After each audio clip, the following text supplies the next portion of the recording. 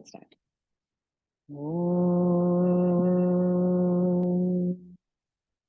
Om Sahana Bhavatu Sahana Bhunaktu Sah Viryam Karvavahe Tejasvinavaditamastu Ma Vidvishavahe. Om Shanti Shanti Shanti. Om Sadashiv Samarambham Shankaracharya Madhyamam Asmad Acharya Paryantam Vande Guru Paramparam. Om Gurur Brahma Gurur Vishnu Guru Devo Maheshwara Guru Sakshat Parabrahma Tasmai Shri Guruve Namaha. Om Saraswati Namastubhyam Varde Kamarupini Vidyarambam Karishyami Siddhir Bhavatu Me Sada. Karpanya dosho pahata swabhavah pritchami tvam dharma samudha chetah yashreyasya nishchitan bruhitan me shishyastiham sadhimam tvam prapannam. Om Vangme Manasi Pratishtita Manome Vachi Pratishtitam Aviredhi Vedas Vedasya Ma Anishtha Shrutam Me Ma Prahasihi Anenadhitena Ahoratran Sandhadhami Ritam Vadishyami Satyam Vadishyami Tanma Avatu Tadvaktaram Avatu Avatu Mam Avatu Vaktaram Avatu Vaktaram. Om Shanti Shanti Shanti. Om Bhadram Karnebhi Shunayama. Om Bhadram Karnebhi Shunayama Devah. Bhadram Pashe Makshabhirya Jatraha. Shtirer Ange Stushtu Vagvam Sastanubhihi. Vyashema Devahitam Yadayuhu. Swastina Indro Vidrashavaha. Swastina Pushyo Vishwavedaha. Swastina Takshyo Arishthanemi Swastina Brihaspati'r Dadhatu. Om Shanti Shanti Shantihi.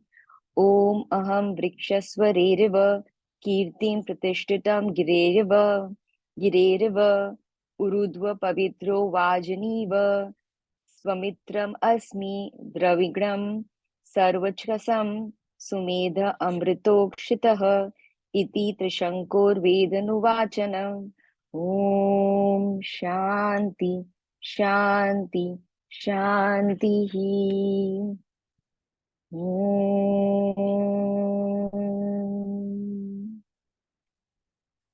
Om.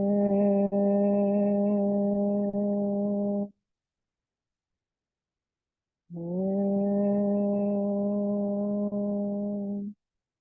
Narayan, everyone.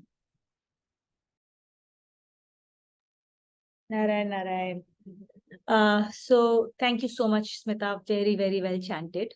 The only thing is, actually two things. One is when we start the invocation shlokas, the 3 ohms come in the beginning. So we start the class with 3 ohms, and then after the closing invocation shlokas, that's when we do the last 3 ohms, right? So that was one.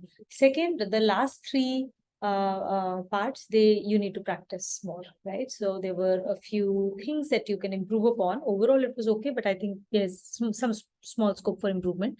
So send me one by one each of those shlokas, like send me the recording, and I'll give the feedback separately, right? So then you can practice with that for the last 3 only. Okay, we'll do that. Okay. So Narayan, everyone. Okay, so I think who's going to do the, I think maybe Anita.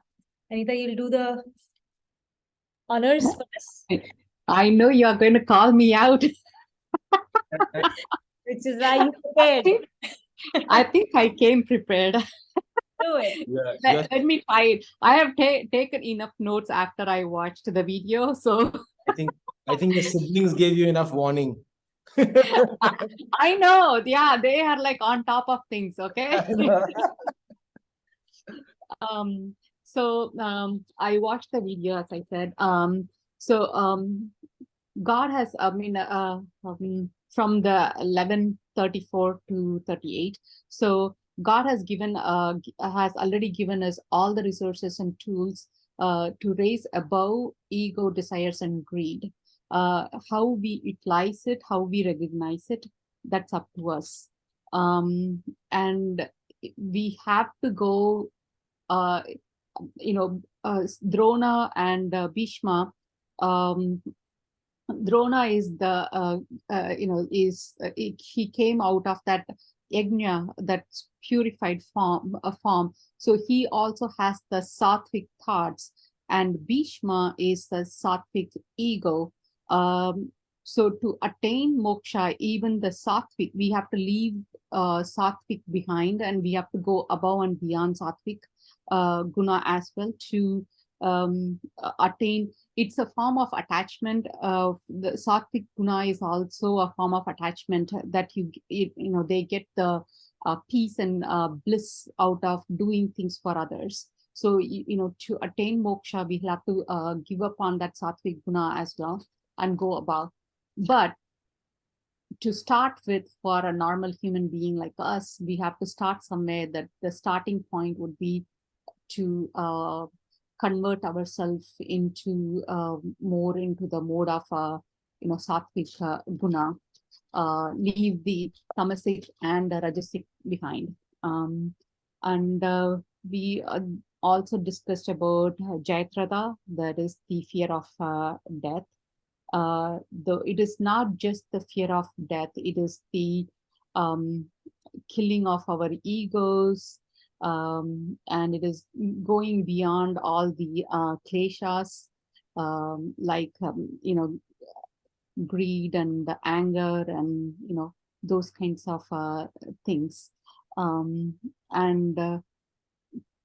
karna is also like attachment to duty, and also fear of being better than someone else, or have a jealous or a competitive behavior. That is also a thing that we'll have to give up on. So all the characters in the Gita that is being discussed is related to some of the characteristics of a human being like us. So all those things have to be we have to slay all those things to get better at it. So we also discussed about Uttam, and so you work on your being better than yourself. So the competitiveness, when we discuss about the competitiveness, instead of comparing ourselves to someone else, we can convert ourselves to make ourselves better on a day-to-day basis, instead of comparing ourselves to someone else. That goes for our kids too. We always say like, oh, he's getting better marks, why are you not getting better marks? So we need to engage them, saying like, okay, you do your best, don't compare yourself with your other children. Or even within the siblings, I do that sometimes too. Oh, Sasha got this one, so Tejas, you are not getting this one. So we shouldn't be comparing.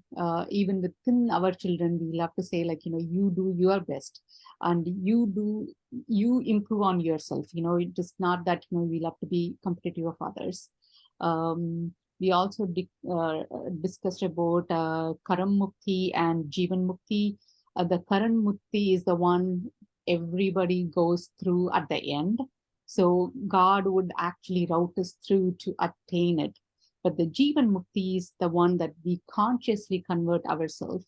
And that is the fast-paced to attain moksha. I think we are starting out to be in the right path, but we have a long ways to go for even the Jivan Mukti. And we also discussed about the crowned one in is a single-minded singleness on the purpose, on the thoughts. So to so to control our mind behavior, to make us follow that singleness. So our thoughts and desires needs to be moving towards. We can convert our desires to attain moksha. So that would be our ultimate desire needs to be. So the desire on earthly changing things, we have to give up on. And we also discussed about Guru will automatically be with you when you have the singleness of your purpose. And we needed to have like the humility with when we do things. And I think that's all I have written. No, I have written more. That's okay. Only 2 minutes sum up she has asked for. We'll Okay. have to start the next class also.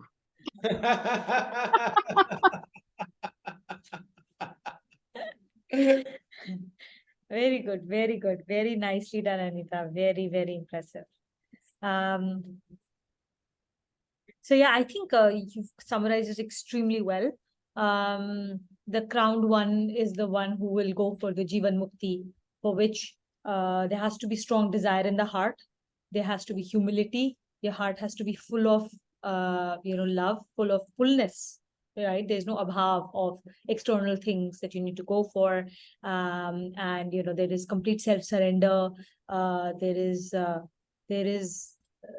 fear in the sense that that there is a fear that what if I'm on the wrong path, what if I'm giving importance to all the wrong things in life, right? So that is the crown prince here, right?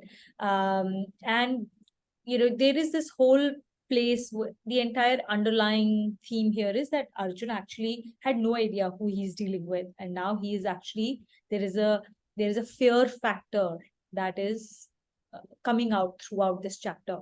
When he actually beholds Shri Krishna's cosmic form, and he's truly beginning to understand and experience all that Bhagwanji had been telling him. But there is still that duality still exists, right? Duality still exists. There is me, and then there is Bhagwanji. But the rest of the duality is beginning to collapse.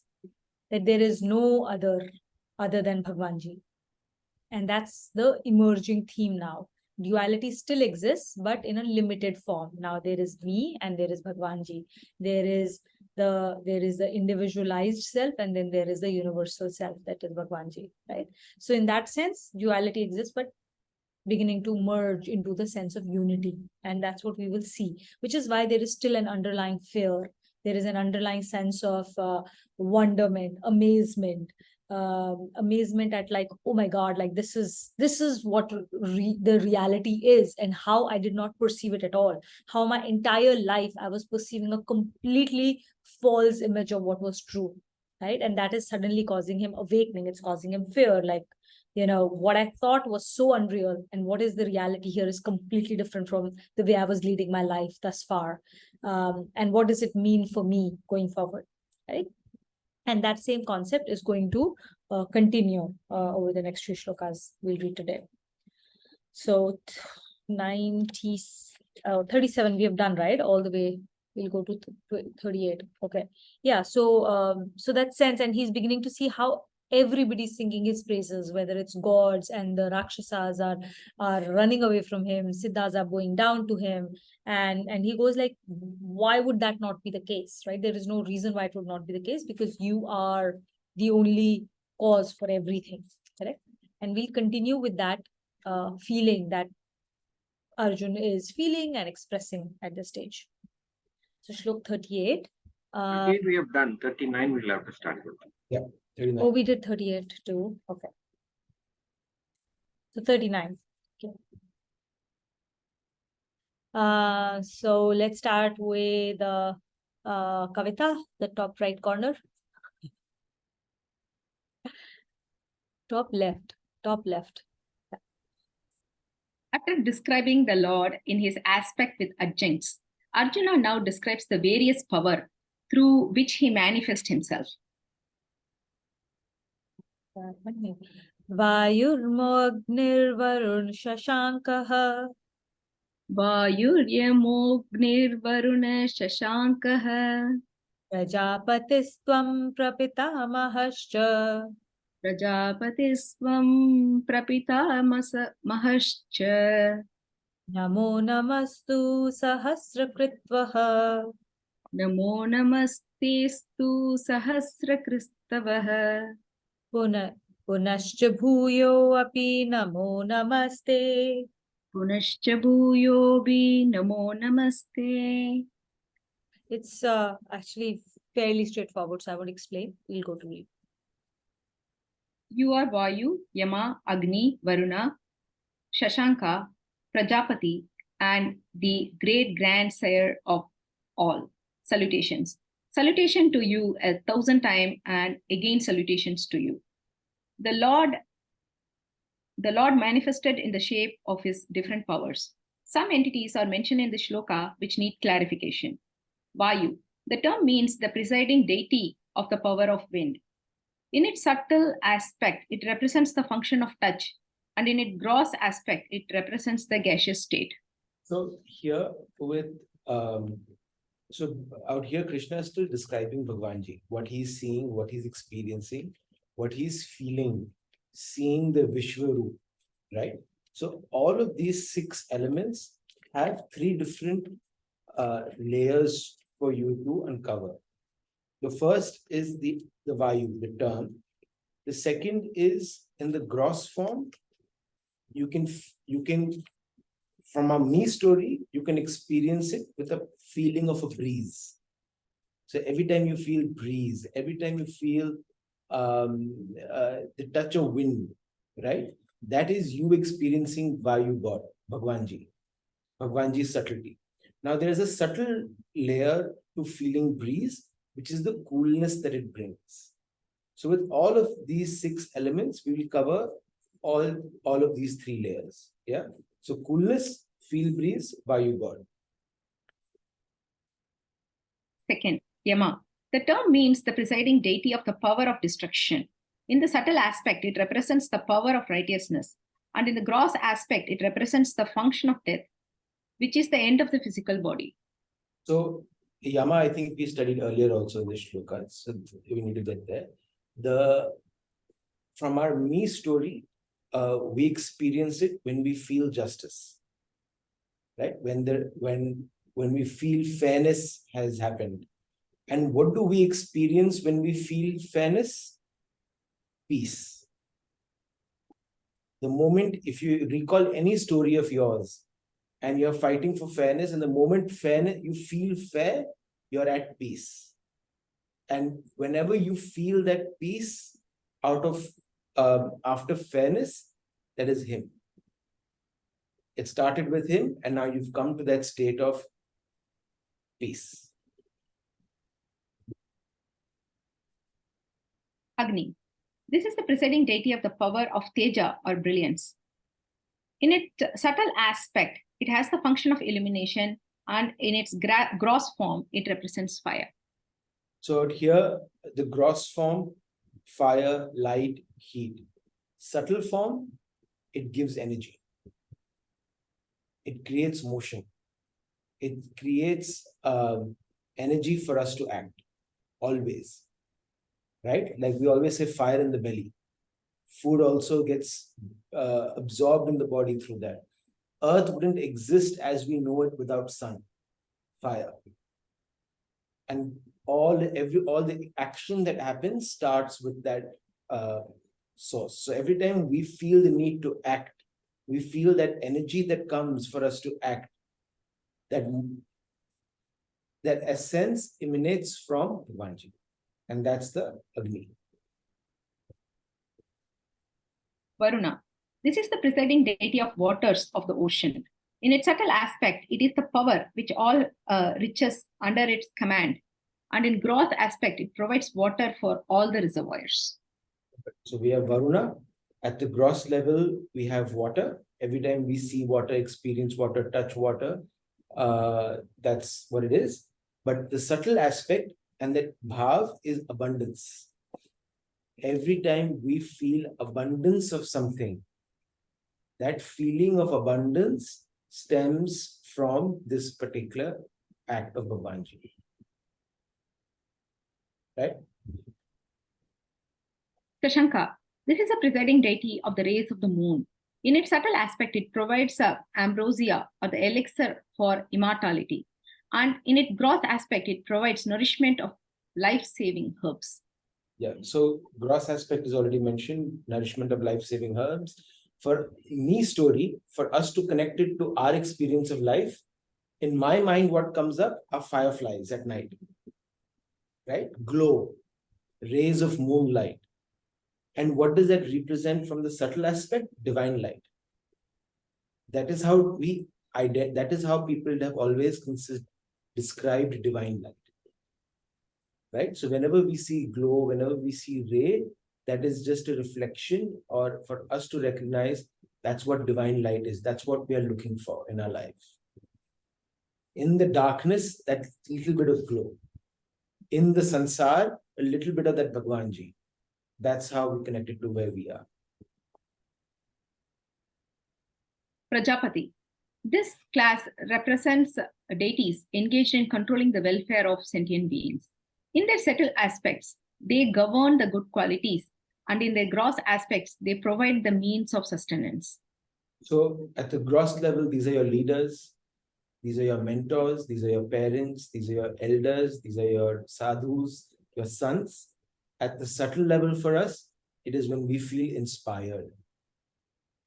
So every time we feel inspired, it is stemming from this bhav.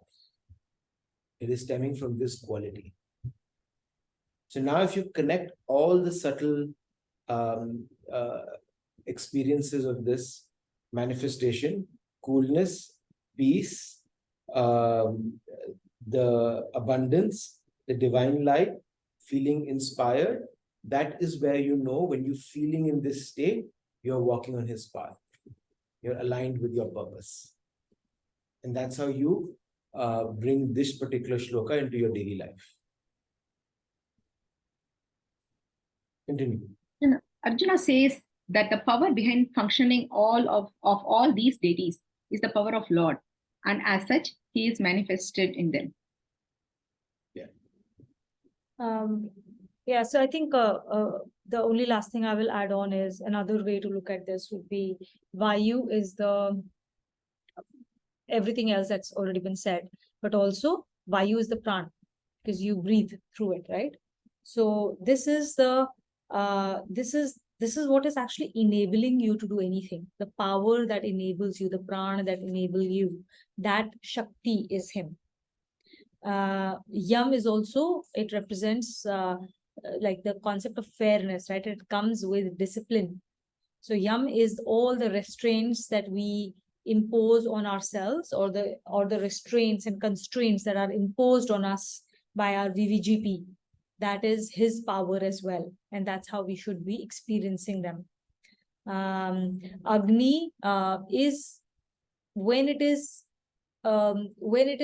inside of all of us, when it's inside in everything that we see, right? Agni is part of everything as one of the 5 elements. This is the one that gives the Shakti, the Samarthya, the strength, as Abhinav said, right? So the strength comes from Agni. And when it becomes manifest, then it manifests as Prakash, as light. Right? So it gives light, fire, sun, all of these examples. And when it is inside of our digestion system, like Abhinav said, it's Jataragni, right? It is what enables digestion of physical, of gross, like food, digestion of thoughts, digestion of emotions, all of that digestion, and not just digestion, but also transformation into something positive. That also comes from Agni Devata, and that power is also his manifestation. Our ability to absorb and transform into something positive, whether it's a negative emotion or a negative thing that's given to us, our ability to digest it and transform it into something positive to propel us forward on our journey is his ability, his power, his Shakti. Okay. And then Varun is our our ability to, like, okay, the power, the ability to generate, riches of all kinds, physical, mental, emotional, right? The power of that riches is him. Like Varun, they say the ocean is where all the, Hiramoti are there, right? You go to the depths of the ocean to take out the treasures, right? That concept. So that concept comes from that power, the deity that gives us the power to create riches of all kinds in our lives is also Bhagwanji, represented by Varun Devta. And then we have Shashank. Shashank is at a subtle level, it would be, the Aushadhis, the life-saving herbs that we use in our life. Their sap is nourished by moonlight. So the life-giving nature of herbs, that power to cure is Shashank. Right? So that's why elixir of immortality, because it helps us get well from the diseases. So that power in the medicinal plants is Shashank Devta. Prajapati would be basically they are the ones who are governing good qualities, right? It's like Kamdhenu. So Kamdhenu is the giver of all the of everything that you wish for. And where does that come from? It comes from the concept of yagya. And how do you do yagya all the time? When you have abundance of good qualities around you, which means that you are being protected by the Prajapatis. So you are manifesting good qualities around you. And if you manifest good qualities inside of you, you manifest all of that outside of you as well, right? So that is Prajapati. And finally, Pitama. So Prapitamahascha. So who's the biggest Pitama? Pitama is Brahma, right? Brahma created. He's the ultimate creator of this universe, right? So his grandsiring was done by Bhagwanji only, right? So he says that you are the ultimate Pitama, the great grandsire, right? So and at this stage, when he realizes all of these things, right, he's constantly realizing the reality, and he is completely awed, right? He's being overwhelmed by this whole concept and by realizing the reality of Bhagwanji, of who he really is. And all he can do is 1,000 times namaskar, right? Just naman. I can only bow down to you. I can only like say thank you to you. I can only like just be surrendered to you, because there is no match of who you are versus who I am, right? Yeah, Kavita. So now you're saying Yama is the self-discipline, is it? All kinds of discipline or all kinds of constraints and restraints, whether it is self-imposed through self-discipline or whether it is imposed on us, any kind of discipline that's imposed on us. When you're working in a school, when you're studying in a school, there is a certain discipline required. You should wear a certain type of dress, you should behave in a certain manner. These are the school timings. Similarly, in your corporate world or in your own house, there are rules. The society creates rules, or there may be constraints of resources within which you're working to solve a problem. All of these aspects of all kinds of disciplines, constraints are powers of God. So that is Yam. Yam represents restraint and discipline. Because the moment you create restraint, discipline automatically comes in, because it establishes boundaries. Right. Is it tap or Agni is tap? When we are doing tap, which represents tap? Is it Agni or is it Yama? Tap, when you say tap, is basically tap is really, okay, you do the process of putting restraints on yourself, and that practice of placing discipline on yourself and the practice of going through them generates heat, generates bal, generates strength, virya, and that heat is tap, and it gets stored inside of us as tap bal. Okay, and that tap bal can be stored inside us through when you have restraints and constraints around you and you work with that, there is either energy saved and conserved, or there is new energy created. And these two is basically, that bal is actually tap. The heat that is created is tap. And then it gets stored inside us. So Vani ka tap, you speaking less. that means you're conserving energy, which then gets utilized in more positive fashion. Or eating the right type of food is a type of tap, which will conserve energy because you have lesser toxins to cleanse out of your body. It will also create more useful energy because you're now digesting the right type of food, right? So it creates tap. When you practice tap of meditation, right? So you're controlling your thoughts. Again, that creates a different type of energy inside of you. So tap is the energy that is created because we practice restraint of any kind. Right. So it is kind of interconnected, yeah, Ma. Yeah, they are linked. Okay. Thank you. So Shloka 40. Sanchita, you'll read with us? Next, Arjuna sings the glory of the Lord as the entity immanent in all. Namah purastadath prashtataste. Namah purastadatha prishtataste. Namastu te sarvata eva sarva. Namastute te sarvata eva sharva. Ananta viryamita vikramastvam.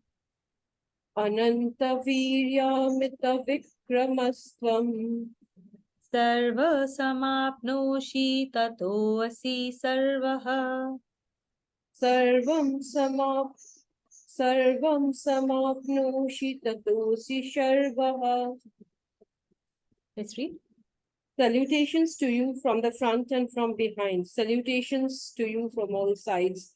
O totality, you pervade all. O infinite in power, O infinite in prowess.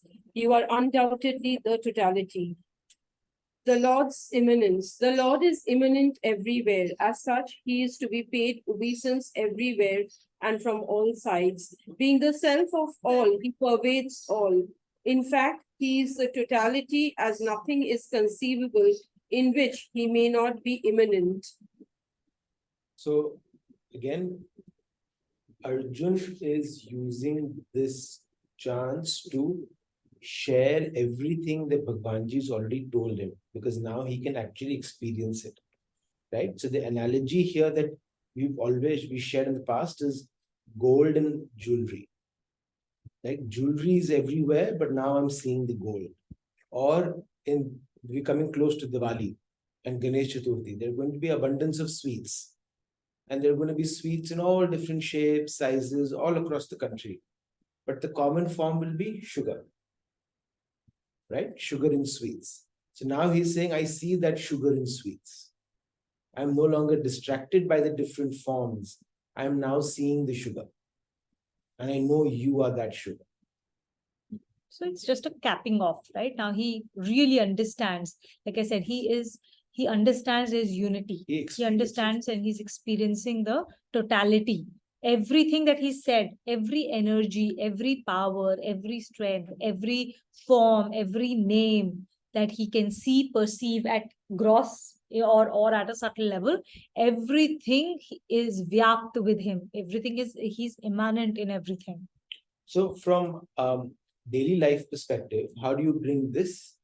Is with every interaction we have, always bring Bhagwanji in conversation and then speak about everything else. And this may not be, this may not be physical, like in actual words, sounding it out in a meeting, but it could be a soft prayer in your head. It could be changing our language to saying, everybody is here, to saying every soul is here. It's about our conscious effort to not seeing bodies, but seeing souls. It is our conscious effort of a subtle prayer before you do a meeting to say, this is for you. And I want your presence in this meeting. And then you do what you have to do. Right? It's that feeling of reverence and gratefulness in every aspect of act that we're doing. Nana, you'll read with us? If she's Yeah, sure. After describing these aspects of the Lord, Arjuna now gives expression to his distress for the incongruities in his behavior due to his non-perception of the Lord's eminence. Sakheti matva prasabham yaduktam. Sakheti matva prasabham yaduktam. He Krishna, he Yadav, he Sakheti. He Krishna, he Yadav, he Sakheti. Ajanata mahimanam tavedam. Ajanata mahimanam tavedam. Maya pramadat pranayena vapi. Maya pramadat pranayena vapi. So this is like a little upside down. So not knowing your greatness is the third part. Ajanata mahimanam tavedam. And then whatever I have said slightingly to you due to inadvertence or considering myself to be on intimate terms is maya pramadat pranayena vapi. So the last line is first. And then addressing you as, O Krishna, O Yadav, O friend. That's the first line, second half. Hey Krishna, Yadav, Sakheti. Thus thinking you to be merely a friend. Sakheti matva prasabham yaduktam. The next one.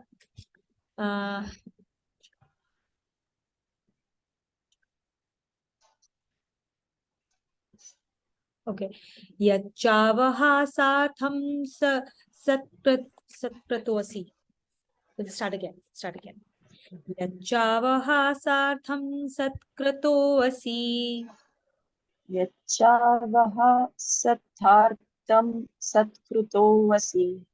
Sartham satkratoasi. Sartham satkrutovasi. Vihara shayyasana bhojaneshu. Vihara shayyasana Ekothavapyachut tat samaksham.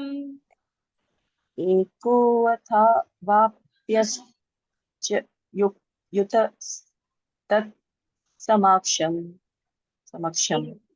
Ekoat एकोऽत् vapyachut वाप्यच्युत tat samaksham. तत् समक्षम् Ekovat vapyachut tat samaksham. एकोऽप्यत् एको एको यत् वाप्यच्युत तत् समक्षम्. Very good try. Takshamye twaham aham prameyam. तत्क्षाम्ये त्वाहम् अमे प्रमेयम्. Twam त्वाम् aham अहं prameyam. प्रमेयम्. त्वामहं प्रमेयम्. Let's read. Okay. O Achyuta, O incomprehensible one, in whatever way you have been discourteously. Not knowing your greatness. From 41. Sorry? Oh, From okay. 41. Yeah, not knowing your greatness, whatever I have said slightly to you due to the inadvertence or considering myself to be on intimate terms, addressing you as O Krishna, O Yadava, O friend, this thinking you to be merely a friend. Thus thinking you to be merely a friend. O Achyuta, O incomprehensible one, in whatever way you have been discourteously treated out of fun while at play or while reposing or seated together or at meals, when alone or in company, I implore you to forgive me for that. So here, we understand the context of Krishna and Arjuna, right? They grew up together, they were friends, they played together, they ate together. And growing up, Arjuna always, and even at the start of the war, Arjuna always saw him as a body, as another human being, as another friend. And when you're close to someone, in jest, you say a lot of things. But you also know that when you're very close to someone and someone says something, you don't feel bad about it, right? But there is so much of no joke, leg pulling, conversation.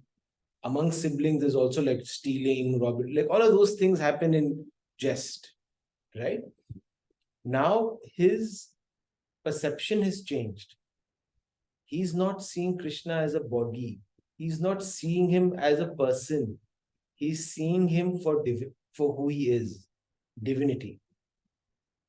Right? His perception, his huge lens of perception is changed. And when that happens, there is a deep sense of reverence that kicks in. Because you mistakenly treated that person as a human, but in reality, they were Bhagwan. And this is going to be our transformation with every single person in our life. When we start seeing them as Bhagwanji and not just the bodies they are. Right? That's what the first part of the shloka highlights.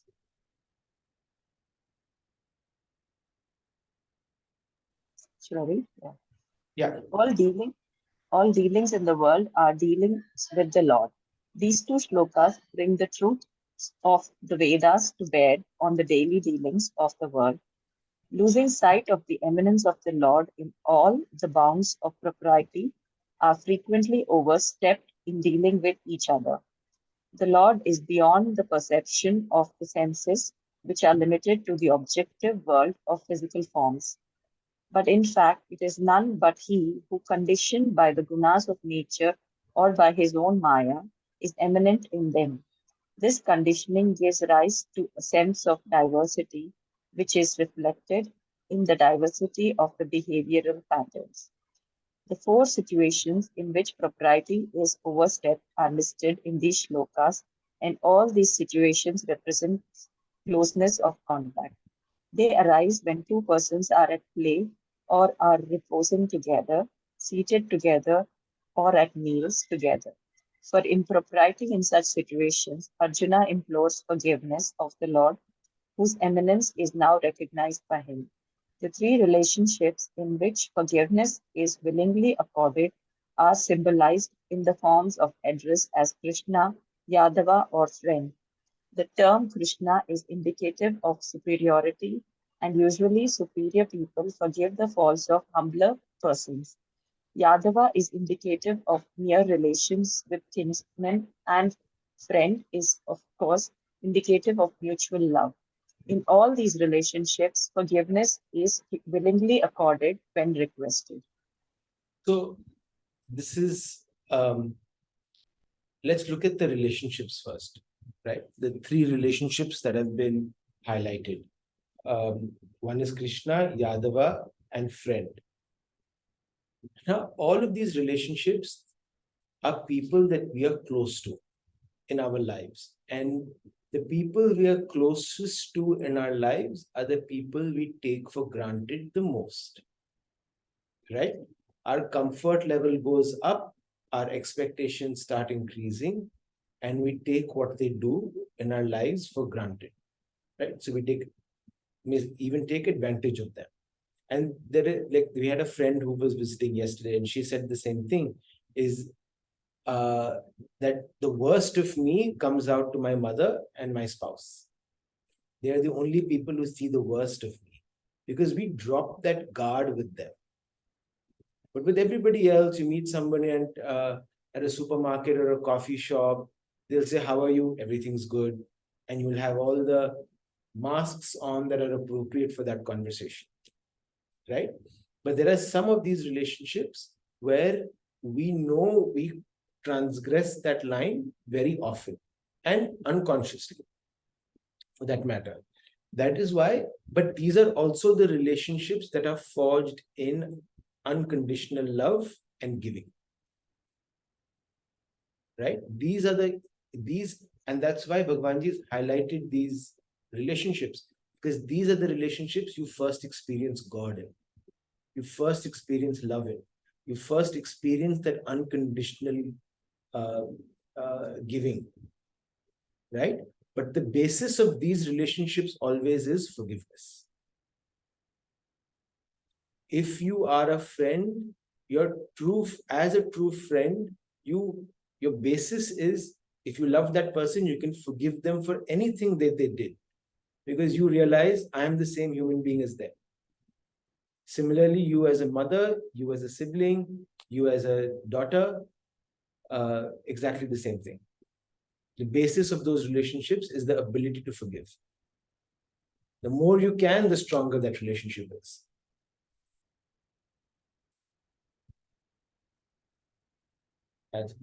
Yeah.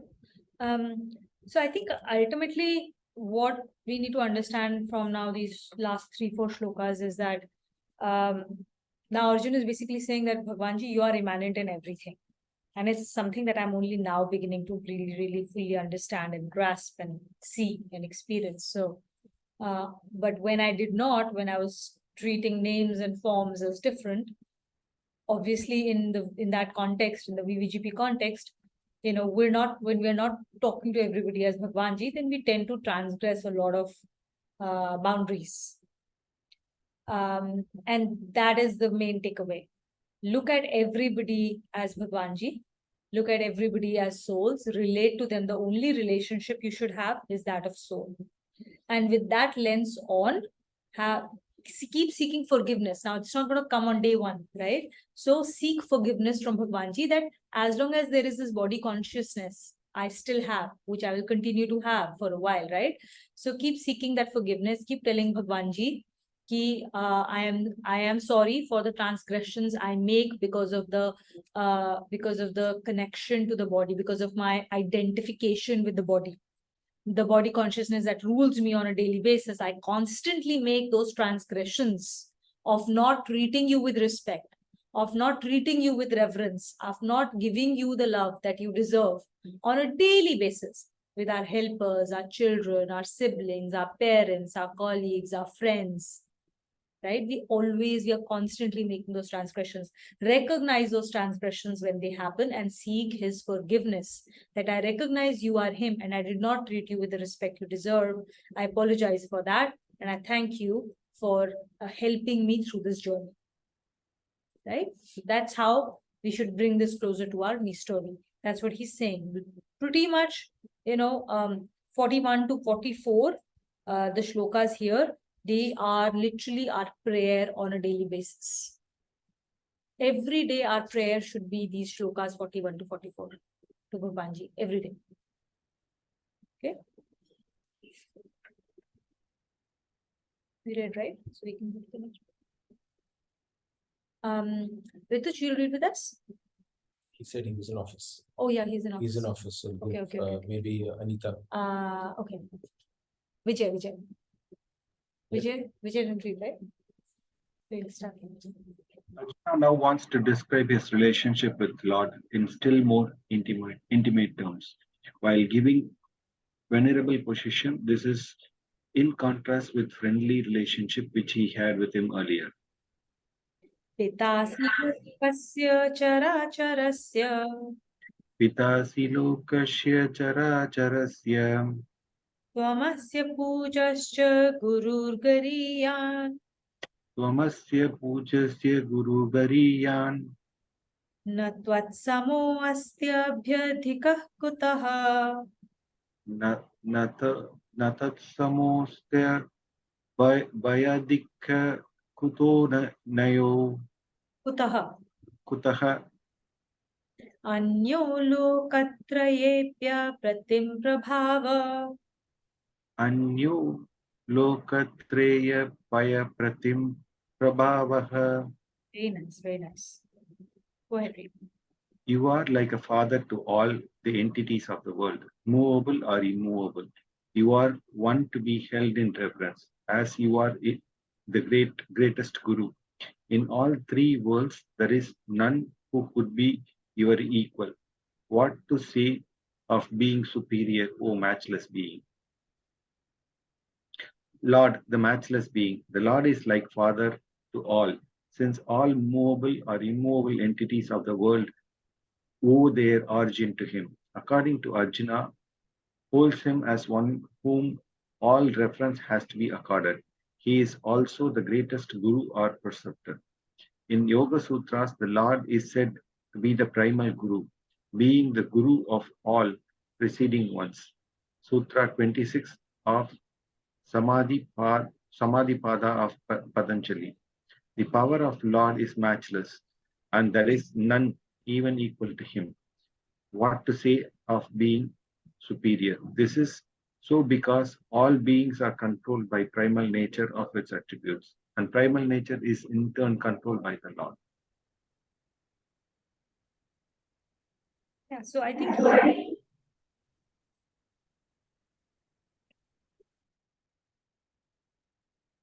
right. So now he's moving on to basically just say that Bhagwanji is beyond just a friend or a kinsman, right? He is the father. He's the father. So his relationship to him is father to a son.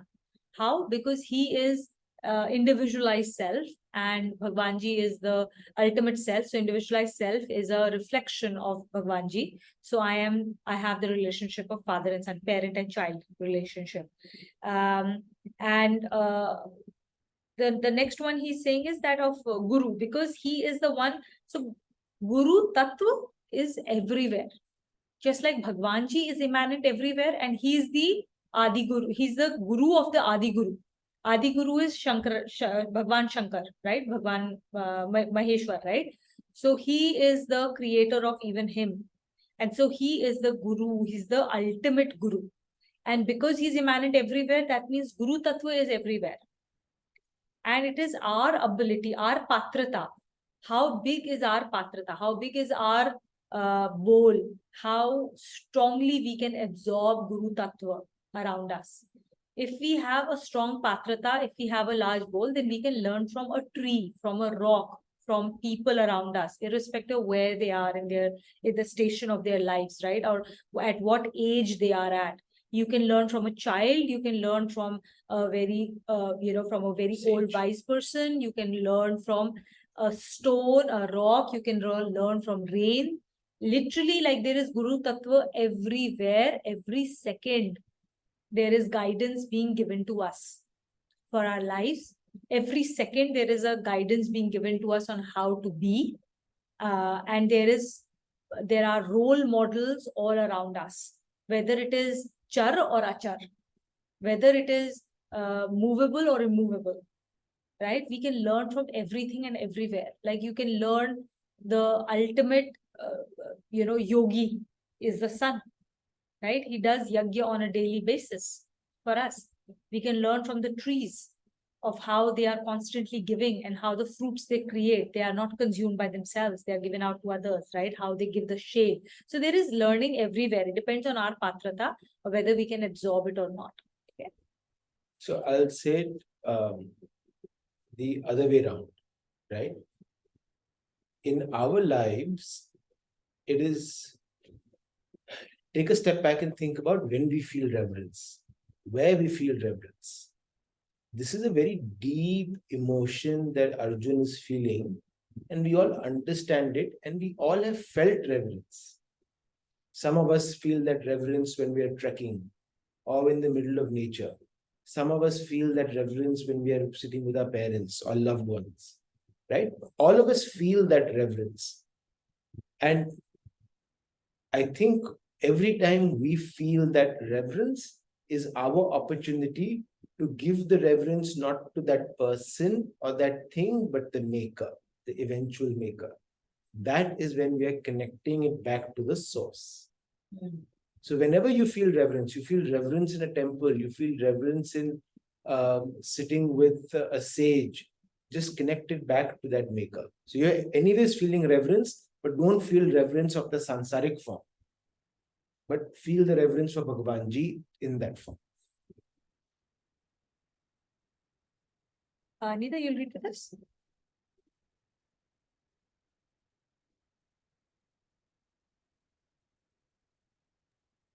Anita? She's coming. Oh, yeah, I am.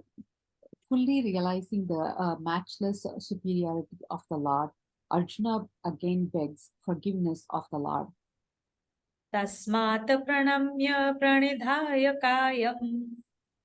Tasmat pranamya pranitaya kayam. Prasadaye tvam hamisha medyam. Prasadaye Swamahamcha meetyam Piteva putrasya sakheva sakhyuhu. Piteva putrasya Sakheva Sakyuhu Priya priyayarhasi deva sodhum. Priya Priya Priyayar Harsi Deva Shotum. Let's read.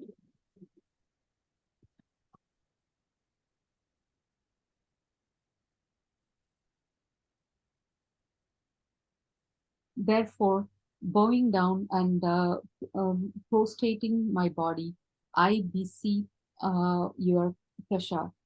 O adorable Lord, do show forbearance to me, as a father does to a son, a friend to a friend, and a lover to a beloved, O Deva, begging forbearance of the Lord. In this shloka, Arjuna entreats the Lord to be pleased and show forbearance for all his shortcomings. His bowing down and prostrating himself before the Lord is not merely a physical formality. The importance lies in dissociating the mind from the egocentric identification with the body and surrendering it to the Lord. The identification of the mind with the body adversely affects the sense of perfect surrender to the Lord. In the second line of the shloka, Just one thing to say here, right? As a child, at least in where I grew up in our family, we were always asked to touch feet, bow down, touch feet. And I used to always make a joke that when every time I go to my hometown, I should just be bent back because people just keep coming, all these family members, and I'm just touching feet, touching feet. That's all I do, right? But it actually makes you realize as a parent and as an adult how that simple act of namaskar when you bow down, how that simple act of touching feet, or in Japan, the way they bow down, is just a reminder not to keep the head too high, not to have the ego which sits in the head above the other person. It is below. It always should be below. And the soul should be above. Right? So you always, that's why you touch feet, bend down. You go lower than the heart chakra, all the way down to the feet. Yeah, Rituj. Just, I think even my sir says is that when they say namaskar, you're bowing down to the divinity in the person. So that's what namaskar is, or actually means that, I recognize your divinity and I bow down to it. So that's what. Anyway. Absolutely. Absolutely. Please continue. In the second line of the shloka, seeking forbearance for his shortcoming, Arjuna refers to three relationships: that of father to son, friend to friend, and a lover to beloved. These relationships are related to the three views which the individualized self has of the Supreme Self. Being a reflection of the Supreme Self, the first view is like that of a son to the father, being possessed of the same attributes. The second view is as a friend and being devoted to him. The third view is of the beloved to the lover. Thus, in all these relationships, his forbearance is craved to adhere to his commands, as propounded in the Vedas and the other scriptures. So long as there is a false sense of identification with the body. We've covered this in the last one as well, right? So similar. So that's what I was saying, that 41 to 44 is our prayer to Bhagwanji every day. This should be our prayer, right? Our prayer is going to be that first the whole idea that, boss, I know that you are matchless and you are everywhere. However, I haven't yet reached that point of being able to see you at all times, everywhere. I still have a false identification with my body.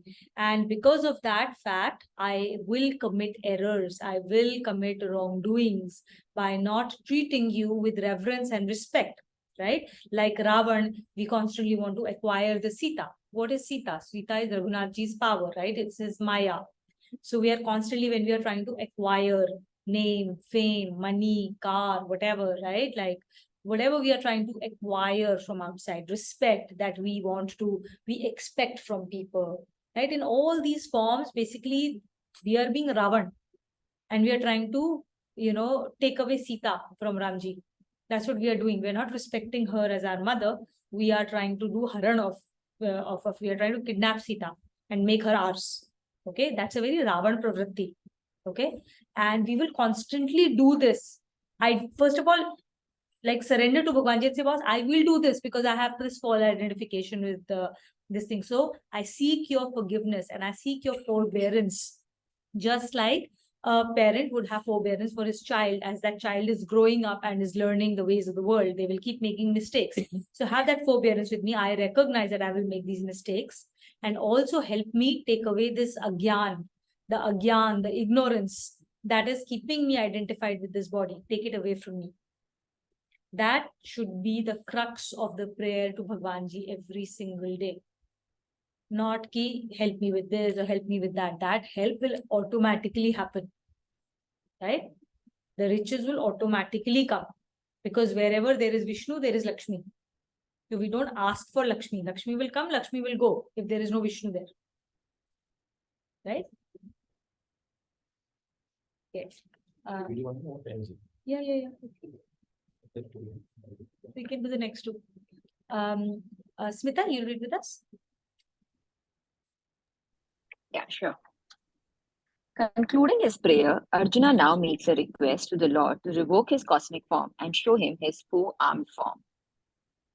Adrashtapurvam hrishito asmi. No. Adrashtapurva hrishito asmi drishtva. Adhishtapurvam drishto asmi dritva. Adrishtapurva, there's no ma. Okay, Adrishtapurva hrishito asmi drishtva. The both times the da is actually with a ra. So it's dra. Okay, we'll do this again. Adrishtapurva hrishito asmi drishtva. Adhishtapurva rishto asmi drishtva. Bhayencha pravyathitam mano me. Bhayena cha pravyathitam mano me. Tadeva me drashya deva rupam. Tadeva me drashya deva rupam. Tadeva me darshya deva rupam. Tadeva me darshya deva rupam. Prasida devesha jagannivasa. Prasida devesha jagannivasa. Kiritinam gadinam chakrahastam. Kiritanam gadinam chakrahastam. Ichhami tvam drashtrum aham tathaiva. Ichhami tvam drashtumaham tathaiva. Tenaiva drupena chaturbhujena. Tenaiva rupena chaturbhujena. Sahasrabaho bhava vishwamurte. Sahasrabhavo bhava vishwamurte.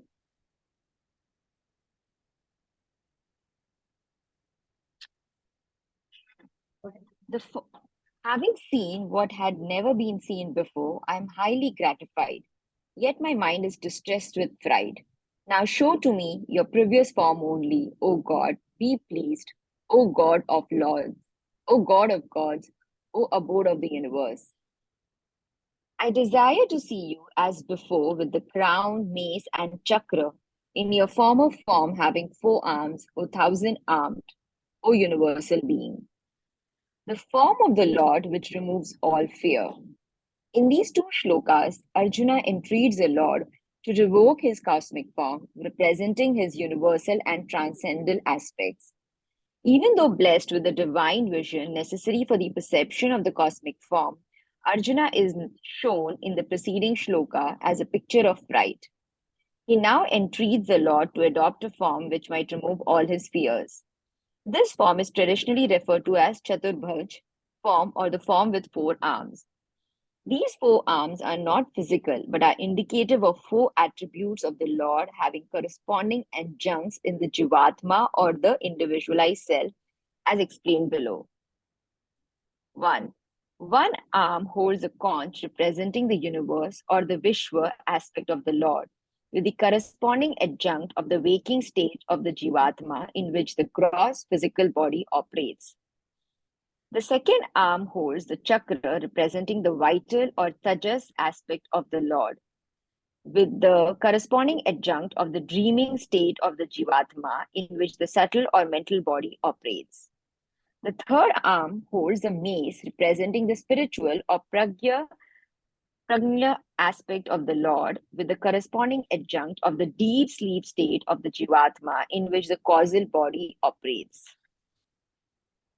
The fourth arm holds the lotus representing the supreme or Brahma aspect of the Lord, with the corresponding adjunct of Turiya or transcendental state of the Jivatma, which transcends the body sense. In this shlok, only the mace and chakra have been mentioned along with the crown of the Lord. However, since a reference has been made to the four-armed form, the traditional view has been explained. So, first thing I'll say is this shloka has a lot of fill-in-the-blank quiz questions. So, start it. You can read it for the quiz.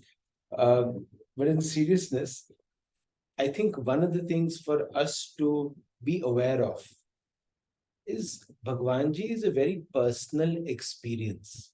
Your experience of Bhagwanji will be different to, or my experience will be very different from what Tuina's experience is. And you always work with the Bhagwanji you find most relatable to. He, like he's shown in this shloka, he can have a million avatars.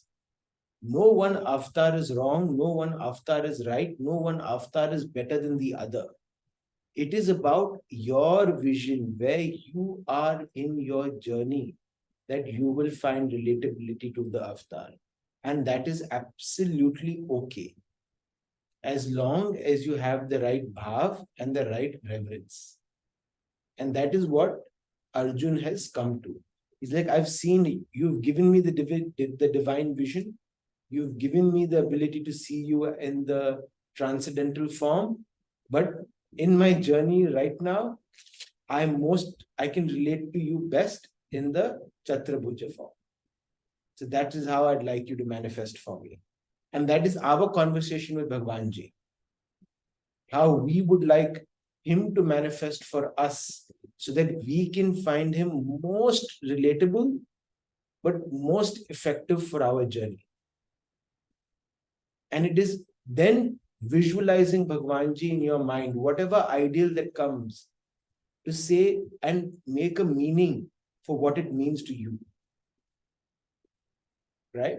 So, and that's what I think now we'll talk about, which is the four aspects mentioned. So his four aspects are also called the Somya form. The Chaturbhuj form is a Somya form, like the one that does not frighten anybody. Right? So it's always referred to as a Somya form. We read it, right? Oh, we read it. Yeah. Okay. The only thing I'd like to say is like the conch, the chakra, the mace, the lotus, Tuvina has given other variations, meanings of these things, right? Like the one that comes to my mind is if you don't do something that is, if you're going slightly away from path, Bhagwanji will first blow the conch to get your attention, right? In the form of VVGP, he will come and remind you loudly many times. You still don't listen, he will give you the mace, the gadda, to get your attention, to whack you. And then if you still don't listen, then he'll bring the chakra. And what I'm trying to highlight with this is Bhagwanji is your personal experience. You look at him and let every time you see him, let that be a reminder for you in your journey. So whatever works for you, because that is part of your journey and that is absolutely okay. Whatever will increase your reverence and bhav, that is how you relate to Bhagwanji. Correct. So you have to create a personal relationship with God, whatever makes sense for you. That is very important. The other aspect that is being referred to here, right? The various states of being. So states of being, there are three states of being. Okay. The first is the awakening state. Awakening state is when we are like right now, we are all awake. All our being, all our aspects are actually awake. So physical body is awake, my mind is awake, everything is awake. Mind, my man, buddhi, chitta, ahankar, everything is up and running, right? And then is the dream state. So when we go to sleep, the state is where the ego has gone to sleep, right? And my intelligence has gone to sleep. My what do you call it? Intellect has gone to sleep. Okay, but mind is still active. Mind is still active, and that's why we are able to dream. That dream is through the mind, through our man. So man is still awake. Okay. And then when we go into an absolute deep sleep, then even man goes to sleep. Because man goes to sleep, there are no more dreams. Okay. But then when you wake up, right? When you wake up, you are able to still say that I had a very deep sleep, correct? We know when we've had a deep sleep. We know when we've had a very dreamy sleep and it is not very, very restful, right? This concept is used by the Vedantic sages to prove beyond a doubt that I am not this body, which is awake, right? In the wakeful state. I'm not the intellect. I'm not I'm not man, buddhi, ahankar, none of that. How? Because yes, when I'm awake, all of these are awake, but then after that, we go to sleep and there is still something that says that I am dreaming, right? So it can't be ahankar, it is not buddhi, because they have gone to sleep and there is still a consciousness there. In deep sleep, even man goes to sleep, and yet there is a drishta. Awareness. There is an awareness. There is someone who's seeing that, who's experiencing a deep sleep. Now your body is not operational. Your mind is not operational, your intellect is not operational, and your ego is not operational. And yet there is awareness. There is an awareness. There is somebody else beyond all these aspects that wakes up and says, I had a deep sleep. And that fourth aspect is the Turaya. That is the transcendental self.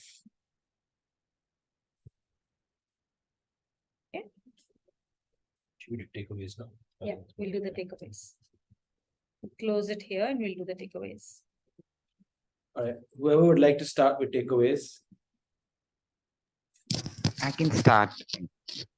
Please. So, of course, I came a bit late, but the thing that resonated with me and what I need to implement this week and throughout my life is identifying the God in everyone and bowing down to their divinity, and whoever is around me, I have to connect with the soul rather than the body of the person and see that, whatever is coming my way and however one is behaving or reacting, there is God in them, and that is the perception that I have to keep and believe in. And I love what you said at the end about how when you're in deep sleep and everything is off and everything is like your ego and everything, it's just that transcendental self which is still there beyond that, which tells you that you're in the deep sleep. So there is a lot more to the mind, the ego, and the intellect. When everything is off, there is that jivatma in us. So these two things. Something I did. Thank you. Anyone else? I can go next. it is similar to what Rituj was saying, like, to remember to look at everybody as a Bhagwanji's expression. So I think when we started seeing everybody as Bhagwanji, automatically we started seeing the Guru Tattva within them. So that is my takeaway. When we have to kind of um, remember each and everywhere there is a manifestation of God, and we have to remember that. Thank you. And one more thing here, when like in the first shloka, what we were reading today, like the 39th shlok, when the Shashanka part, I was remembering in yoga, we say there is a chakra called Bindu chakra, which is behind, which represents the moon. And it is said to be, it has that, like, the honey which always drips and it goes to the digestifier. So I was thinking about that while I was saying. Wow, I didn't know about the Bindu chakra. Interesting. Nice. Very nice. See, Guru Tattva everywhere. You learn from everyone all the time. Amazing. Sanchita? Yeah, I can do that. So my takeaway today has been that it's a journey, and we will fall, we will. So there'll be mistakes on the way, but I think it is to put everything back on him and ask for his forgiveness and forbearance that will see us through. I think that's the biggest learning for me, that I will make mistakes. There's no doubt about it. But as long as I'm aware and I'm able to ask him for his forgiveness and show me the way, I think we should be fine. Very good takeaway, Sanchita. Actually, we become responsible for anything and everything that happens around us when we trust our own strength to deliver something. When we think we have a doership.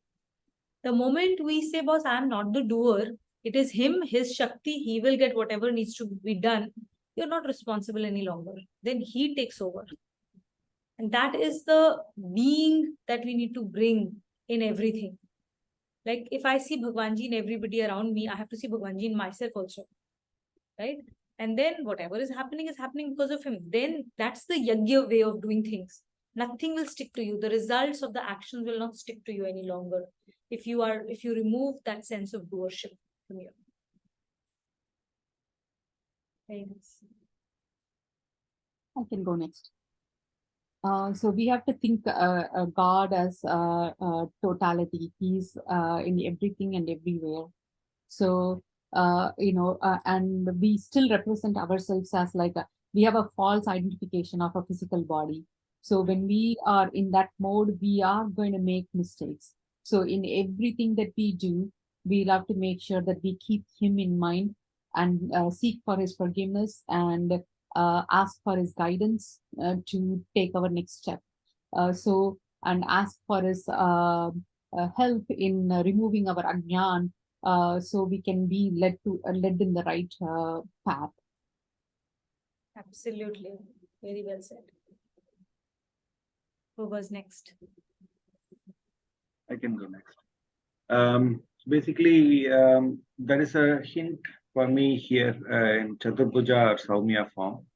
So whatever state that we are in, awaken, dream, deep sleep, or transcendental state, if we keep connecting back to his Chaturbhuja form, we will be able to continue to be in Satchitananda. So the way I think it is transcending, like what all forms, how do we understand him in totality, and how we should consider God as a superior or a kinsman or a friend or a father or a greatest guru, all the concept. After that comes how to keep him in our continuous state, in whatever state that we are currently. So that is kind of explained out beautifully. Thank you. Very nice. Smita, Nena? Can I go? Yeah. Just the whole thing about Arjuna understanding that everything is Bhagwanji and there's nothing other than him. So that it brings that fear of whatever he's done in the past, mistakes, and then he will try to reduce the mistakes in the future. Similarly, I think if we notice, if we understand, and if we can remember that everything is the Lord around us, our mistakes also will come down.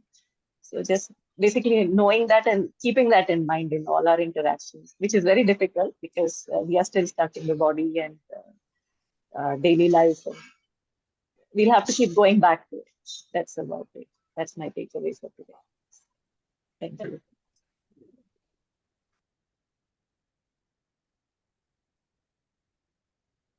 Um, I'll go with a personal experience that has happened recently. And this is just to enumerate my belief that Bhagwanji is a very personal experience.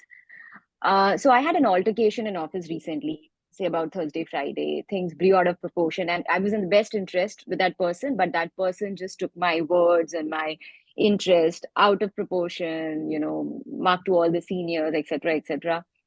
And it really distressed me because I knew what I was saying and I knew how my other stakeholders think of me. And I was like, please go ahead with the call recording. You would know what it is, what I exactly said and how the things were.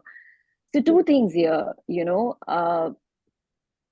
I felt distressed. I felt really bad. I had all negatives about that person because, there was no reason for me to feel good about this whole situation and about that person.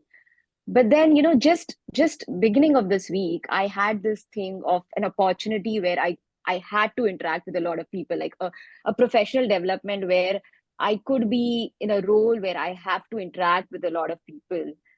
And with interacting with different kinds of people and this kind of roles, you might experience these things, right?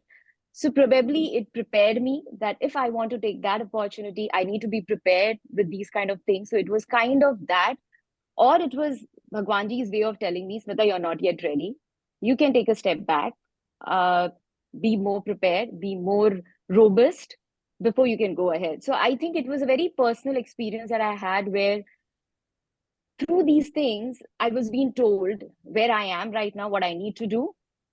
And also, in this whole process, I did receive a lot of support from all my seniors and I got the validation, which is a different thing, which is, again, as you said, it's a satvikta, right? You feel that you're doing good. And that also brings a lot of ego in you that, oh, eventually that guy or that person was turned bad. And, what he was trying to inflict on me actually happened on him. But apart from that, the learning that I had, I thought it's a very, very individualized personal experience which helped me learn more about myself. And it was God's way of showing me things. So I think, yeah. So Bhagwanji is a very, very personal experience, and how you see him in different ways is very interesting. I mean, so for me, I'm trying to do this to kind of experience different things that we are learning. And a lot of time, it really surprises me what all we have learned on the way. So beautiful. Thanks for sharing, Smita.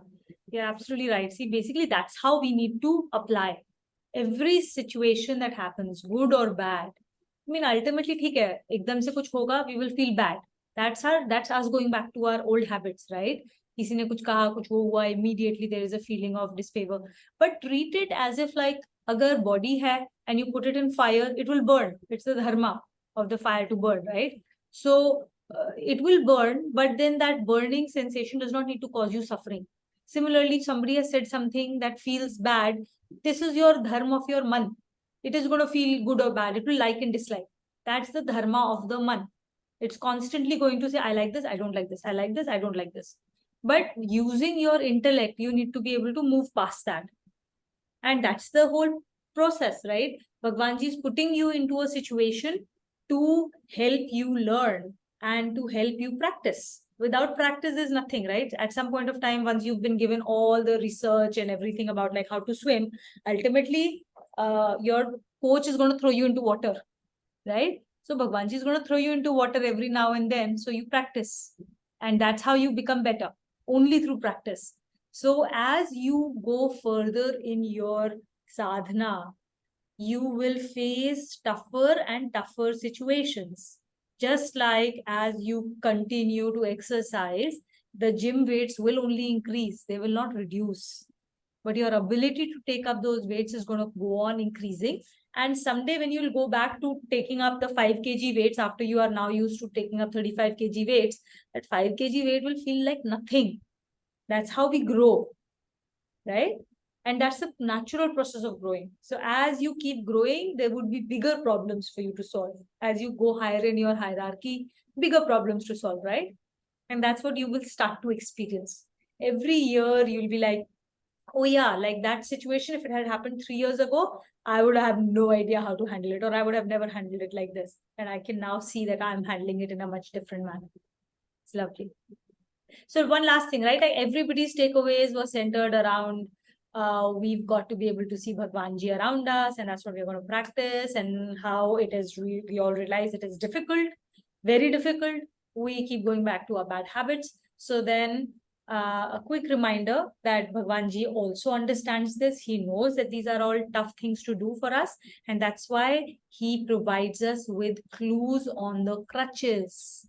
We constantly have to use crutches around us so that we keep reminding कि यार जो कुछ है around us is Bhagwan Ji. Naam jap is one such crutch. Constantly do that. Do puja morning, first thing in the morning. Do puja, do naman to Bhagwan Ji, do naman to your gurus. Very, very important as a start. Whether you do that for an hour, whether you do it for 5 minutes, does not matter. What is important is you remind yourself, you remember Bhagwan Ji first thing in the morning when you wake up, right? Remembering him through the day, through the anushtans. That is why anushtans are typically divided into do something in the morning, do something in the afternoon, do something in the evening. Naam jap, that continues throughout the day. Swadhyay, read 1 or 2 shlokas every day. These are all crutches for us to remember the whole thing. Just this fact that we are interacting with Bhagwan Ji all the time. We forget it. We forget within 5 minutes. And that's why having those well-placed reminders to ourselves is important. Okay? That's it. Thank you so much, everyone. We'll do the closing shlokas.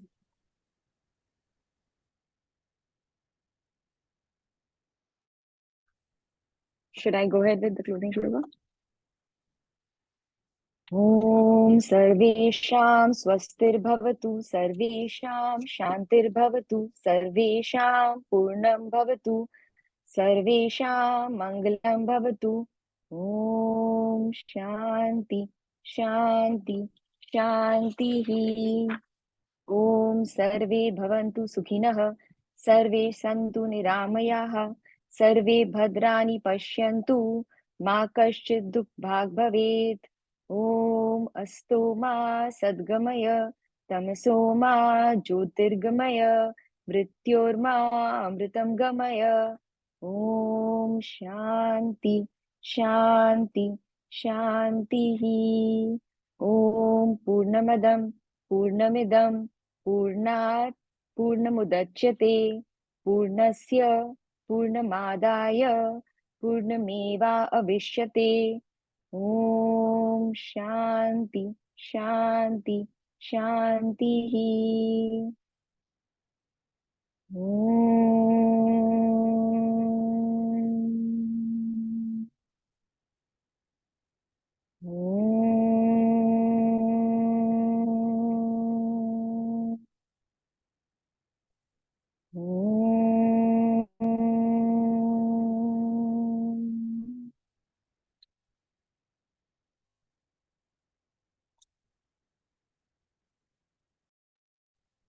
Thank you for the seva today, Smita.